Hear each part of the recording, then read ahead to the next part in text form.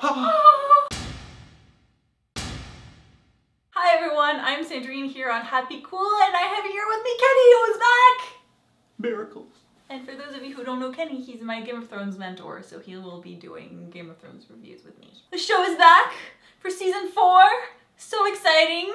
So let's just jump right into it. Kenny, you wanted to talk about the opening. Yes, it was a fantastic, I loved it because you start right off with a reminder that who's in charge? Largen in charge, House Lannister. And then they go right from there, whoosh, the music builds right into the main Game of Thrones theme.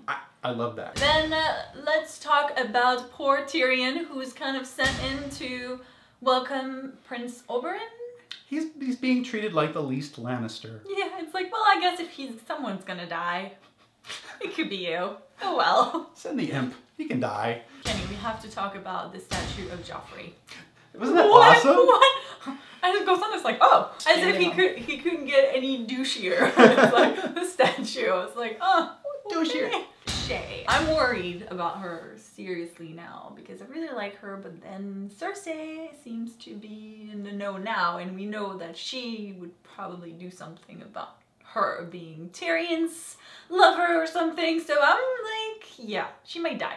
Well, it does seem that they're setting something up. I mean, you remember what happened when Cersei found Ros, who she assumed was Tyrion's lover. So now that Cersei does know who Tyrion's real whore lover is, then yes, there's probably going to be some sort of repercussions. Something bad is happening to Shay and I'm not liking it. I'm so proud of Jon Snow. Every time that something like that happens in a show or in a movie, I'm always like, why don't you just say what happened and just blurt everything out? It's like, well, something's coming. You know, they're always very cryptic. Right. I was so happy when he's like, well, yes, I ate with them, I slept with her, and this is their plan, and they're gonna come here, and this is what's happening, and if you don't do anything, you're dumbasses. Yeah, Jon Snow. I was like, go Jon. I loved the emoting that he had.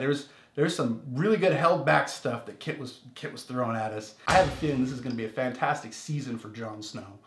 And have I told you that I'm really worried he's gonna die? I think he's gonna die. Don't say anything! I think Jon Snow is gonna die. I think I've mentioned it in my previous video reacting to the trailer. I was like, Jon Snow's gonna die this season. I have a feeling. Dragon! Dragon! So big! So crazy! I'm so excited! That's the thing. People, last season, Daenerys was there and she's petting her dragon and people are like, oh, isn't that cute? And I'm looking at this dragon and it is the most ugly, hideous thing. But it's so cute. It's not, no! It's still it's cute. Not cute. It's still cute. I want to see those dragons in action. I want to see them, like, do something more than just kind of flying around. The Thens. What the hell? I was like, what? Oh. I love the Thens. Oh, what? Didn't they look cool, though? The scars on the head? No, they just look scary to me. I was like, oh, I do not. See, I'd rather hang out with the dragons. See, but I'm glad they brought the Thens in because I kind of like Ygritte already. I can't really hate this group, you know. They're going to attack the wall. Now who am I going to root for? Well, now these Thens come in and they're eating crows. Literally not crows, they're eating crows. I know crows. Right. Yeah, I got that.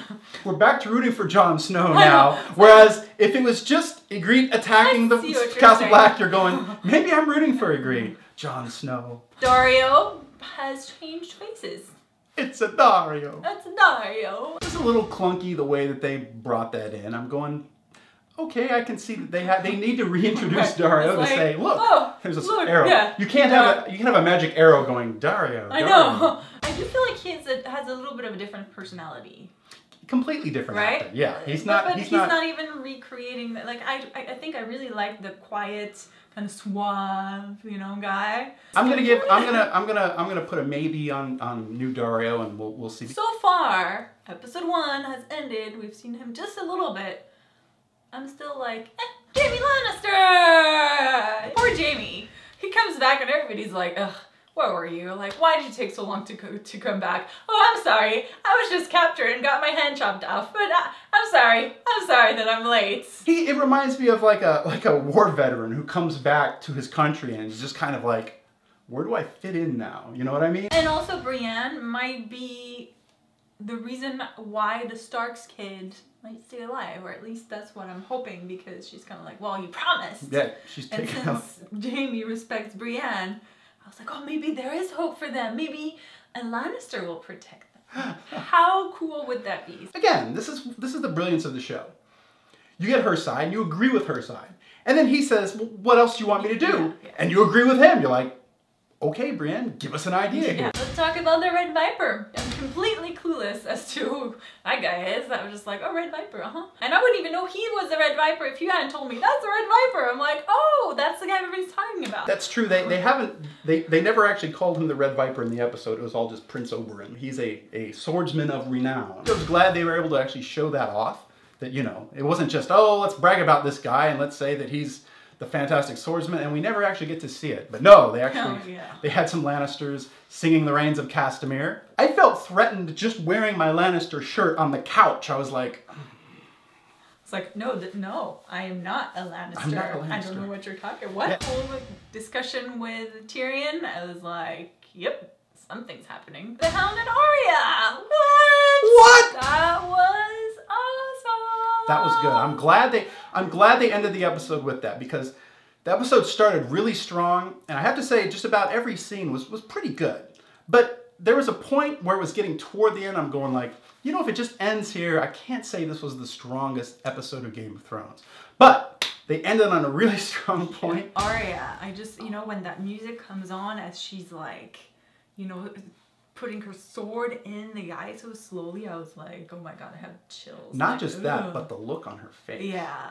I think that's all we have for you guys today. Thanks, Kenny, for being here. You're welcome. If you enjoyed this video, make sure to click the like button below. We unfortunately close the comments to avoid spoilers, but you can find me and Kenny on Twitter. Make sure to subscribe to Happy Cool so you don't miss any of our Game of Thrones reviews, because we'll review the show every week. And also Kenny will be on the channel too, talking about Game of Thrones and going crazy in detail about stuff that we don't understand anything about. I can't believe I have this opportunity to make myself look completely stupid in front of the entire world.